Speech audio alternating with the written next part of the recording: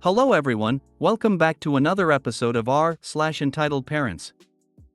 In today's episode, EP thinks they rented the whole park.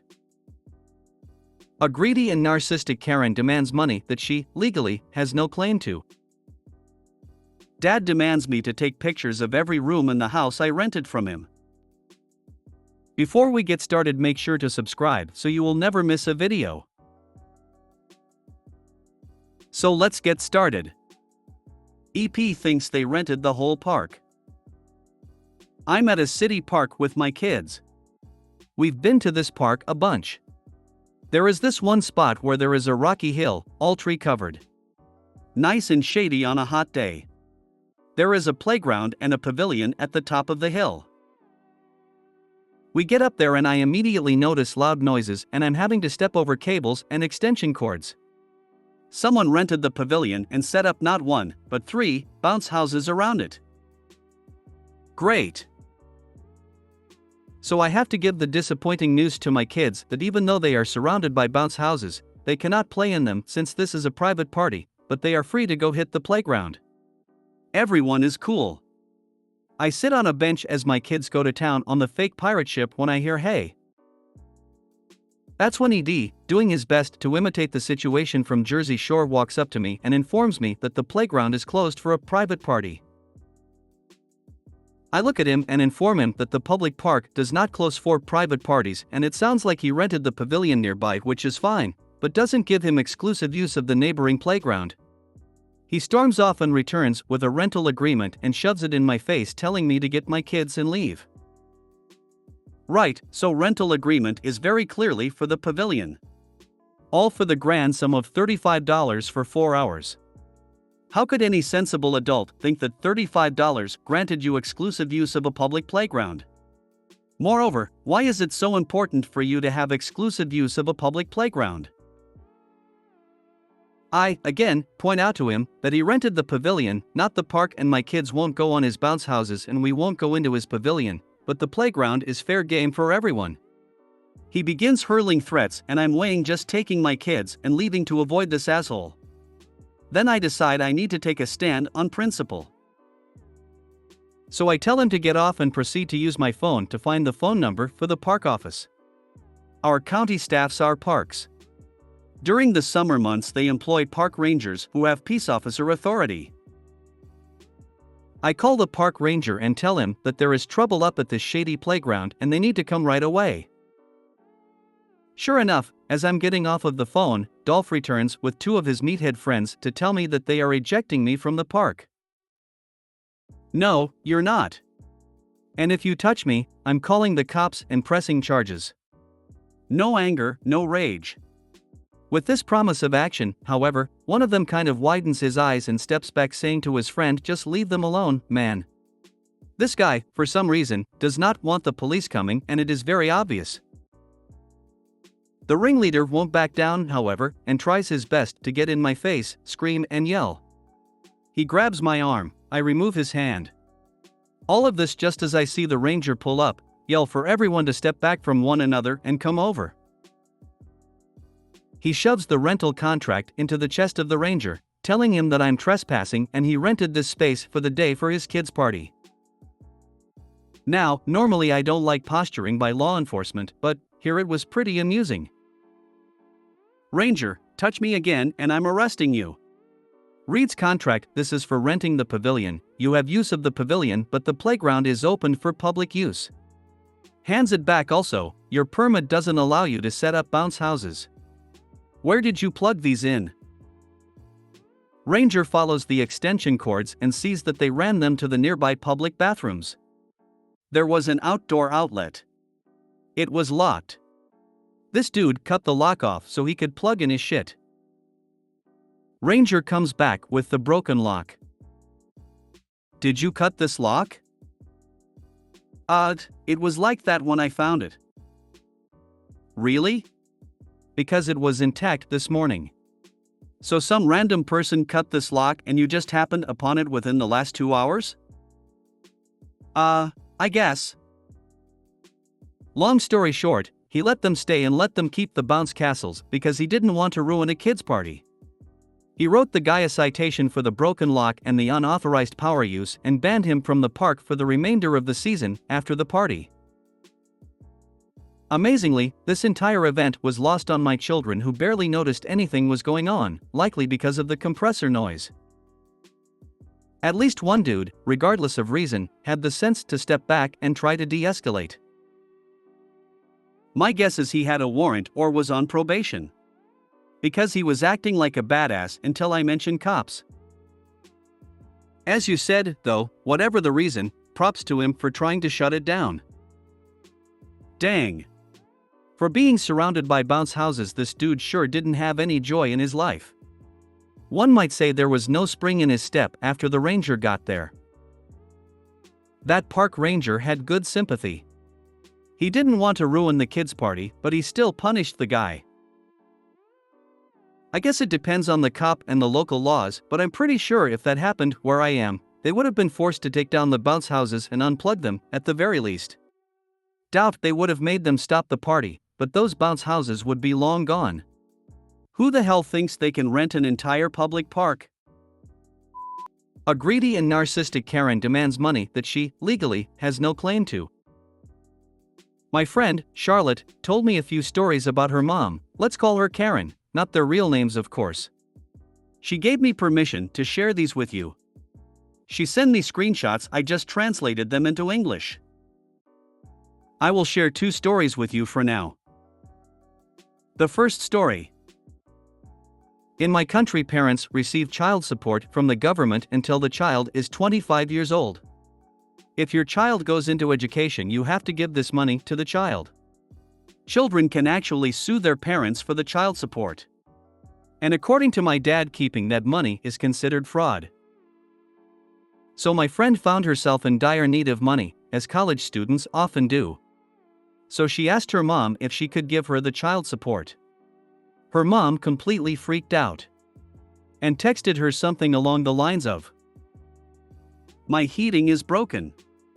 And if it breaks down completely by tomorrow, I will need to fix it immediately. The heater is beyond repair. And who is going to give me the 8,000 to 10,000 euros I will need to fix all of this? You?" A few minutes later, she the following texts. "Karen, I never let you down in your entire life. I can't say the same for you. 11:24 a.m. Karen, I am at the grocery store, 11:24 a.m. Karen, I am still at the grocery store. It's an absolute nightmare here. So many people trying to make bargains. 11:47 a.m. After more fights about that money, she also now had a wisdom tooth that was about to explode in her mouth. According to Charlotte, her mom basically refuses to go to work and lives off savings from her old job. She also complains that no one will hire a middle-aged woman like me. When Charlotte suggested she could always take a job in retail, she scoffed at the idea and something along the lines of, "I didn't go to college to stock up shelves in a grocery store." By the way, this woman has a degree that is basically worthless in the job market. So she basically needs that money that is, legally speaking, not hers to take. After some hemming and hawing, she caved in and gave her daughter the money. While I was writing this, Charlotte shared an even crazier story with me. The second story. Charlotte's mother is a single mom, so Charlotte's father had to pay alimony, which he didn't do very often. This led to him accruing a debt of 20,000 euros. In our country, when a child turns 18, again like the governmental child support, they have the legal right to that money. So when Charlotte turned 18, her father legally owed her 20,000 euros.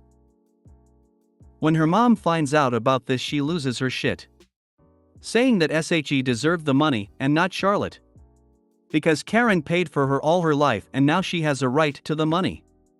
Interesting fact in the wording, Karen used paid upfront and not taking care. Charlotte suggested creating a third account so that if they successfully managed to sue the dad for the money, they could share it if one of them ever got into financial trouble.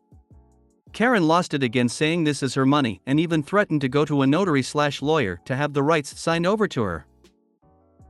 She told Charlotte, "I don't trust you.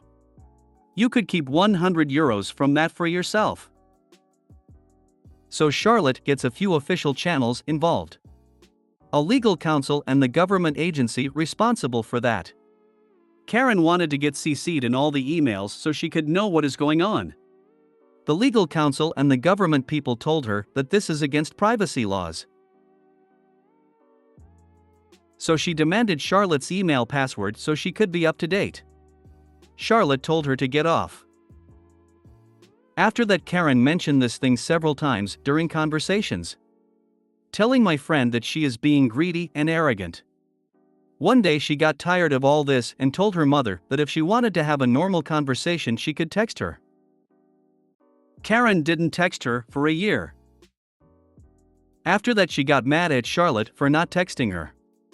Because that is not very nice. And you don't know what that does to a loving mother.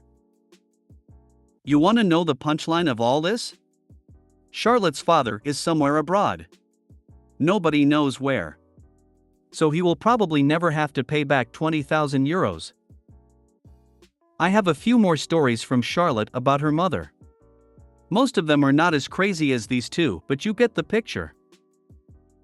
While she is entitled, I do believe back child support before 18 should go to the parent who supported the child.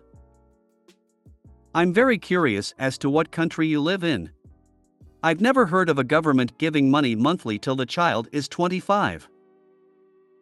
Definitely the right thread for those stories. Dad demands me to take pictures of every room in the house I rented from him. So a few months ago I posted about my father accusing me of putting more stress to his already strained marriage.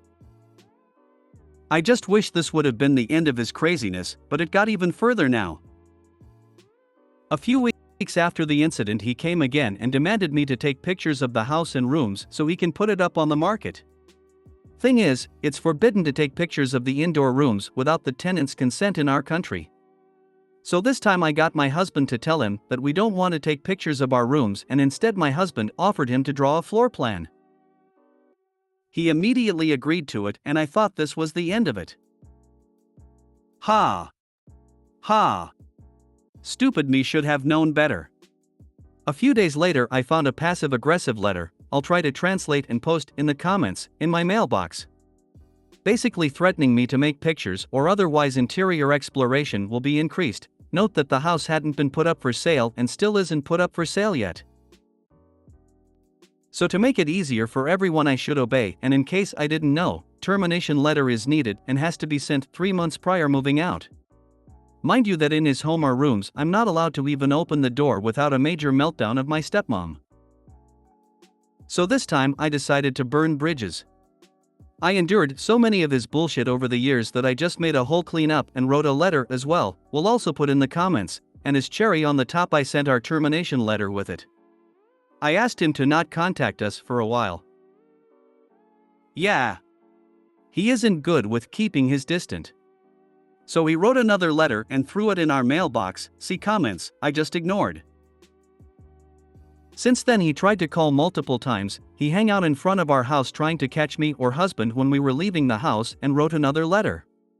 He was able to catch my husband a few times and my husband told him to wait until I come around, but honesty, I don't want to. First I thought about going LC, but his further action are pushing me to go and see. This kind of hurts, and I always wanted my daughter to have a granddad, but is just trying to act like one and not being one.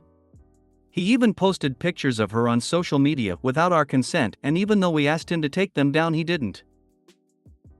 There are a lot of things that pile up, and I know if I don't write this down I'm going to find an excuse again to let him in our life again, but I know I really shouldn't. I think I just need someone to tell me to cut him out, since my brother and other family members try to make me to talk to him, but how often do I have to endure to have him to cross my boundaries just to make him feel better? I don't want to anymore. I don't get it, you've bought a new house, he wants to sell this one, but you want to make it difficult. You'd rather have people come visit the house than just take pictures. It seems easier to do the pictures than keep having people come and look at it. It may seem easier for you, but I didn't feel comfortable with pictures. I rather prefer people come visiting over 2 to 3 hours per week than pictures. He also demanded only pictures of the apartment I rented and not from other tenants in the house. So why should I put everything on display when others don't have to just because I'm his daughter? He was going to sell it with other people living in the apartment underneath ours, and I'm the only one he asked for pictures. I would send pictures of every room in the current condition. Don't forget to include pictures of the forbidden rooms. If you made it to the end of the video, thanks for watching. Don't forget to like, subscribe and share, and we will see you in the next video.